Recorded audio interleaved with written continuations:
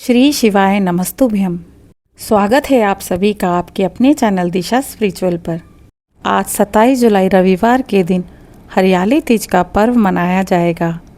आप सभी को हरियाली तीज की शुभकामनाएं। हरियाली तीज पर कथा सुनने और सुनाने से सौभाग्य की प्राप्ति होती है। कृपया मेरे साथ अंत तक इस कथा में बने रहें।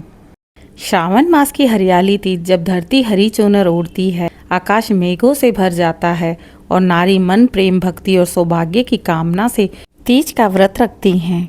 इस दिन स्त्रियां शिव पार्वती की पूजा कर अखंड सौभाग्य, सुख, समृद्धि और पति की लंबी आयु की मनोकामनाएं करती हैं। इस व्रत के पीछे छुपी हुई है एक प्रेरणादायक पौराणिक कथा। आज आप सभी श्रोतागणों के लिए मैं लेकर आई हूँ एक पौराणिक और अनूठी कथा। यह कथा है उस शक्ति की देवी की जिन्होंने भगवान शिव को पाने के लिए प्रकृति की सारी सीमाओं को पार कर दिया। यह कथा है तप की, त्याग की और अखंड भक्ति की, हम सबकी माता पार्वती की, जिन्होंने भगवान शिव को पति रूप में प्राप्त करने के लिए वो कठिन तपस्या की, वो कठिन साधना की जिसको आज भी युगों में याद किया जाता है। यह उस समय की बात है जब माता सती ने अपने प्राण त्यागे। तब शिवजी वैराग्य धारण कर कैलाश में तप में लीन हो गए। वे संसार से पूरी तरह विमुख हो चुके थे। वे अपने हृदय में माता सती को रख समाधि में चले गए। उनके तप से स्वर्ग में हलचल मच गई।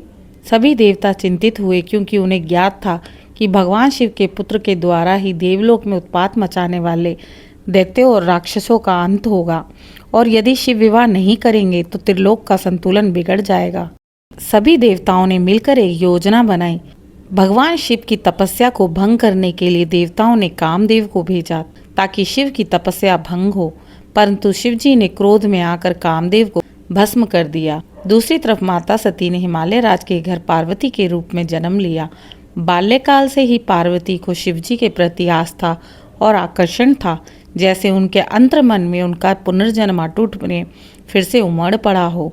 पार्वती ने जब शिव को पति रूप में पाने की इच्छा प्रकट की तो देवर्षि नारद जी ने उन्हें बताया, शिव कोई सामान्य देव नहीं, वे तपस्वी हैं, विरक्त हैं, उन्हें प्राप्त करना इतना आसान नहीं होगा। उन्होंने पार्वती से कहा, हे कन्या, यदि तुम शिव को पति रूप में पाना चाहती हो तो तुम्हें भी कठिन तप करना होगा, जो मुश्किल तो होगा लेकिन असंभव नहीं। नारद मुनि की बात सुन पार्वती तपस्या करने के लिए अपने राज्यों और महलों वाली नगरी छोड़ हिमालय के घने वनों में चली गईं। वहाँ तपस्या में लीन हो गईं। दिन प्रतिदिन उनका तप गहन होता गया। पहले उन्होंने केवल फल ही खाए, फिर सूखे पत्ते और अंततः वायुहारी हो गईं। वे केवल वायु पर जीवन यापन करने लगी।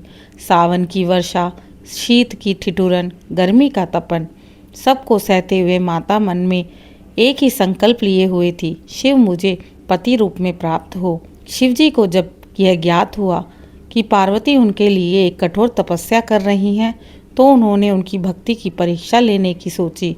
शिवजी ने एक वृद्ध ब्राह्मण का रूप लिया और पार्वती जी के पास पहुँचे और उन्होंने उनसे पूछा, हे कन्या, तुम इतनी सुंदर हो, इतना कठोर तप क्यों कर रही हो? तुम ऐसे शिव से विवाह करना चाहती हो जो शमशान में रहने वाला भस्मधारी, बैल पर चलने वाला जटाधारी योगी है? वो तुम्हारे योग्य नहीं है। परंतु पार्वती जी का उत्तर अतुलनीय था। पार्वती जी ने कहा, जो सबको त्याग देता है मैं उसी से प्रेम करती हूँ। जो सबको समान भाव से देखता है वही मेरा स्वामी है। मैं शिव के अतिरिक्त कुछ भी नहीं चाहती। यह सुनकर भगवान शिव मुस्कुरा उठे। उनका हृदय द्रवित हो गया।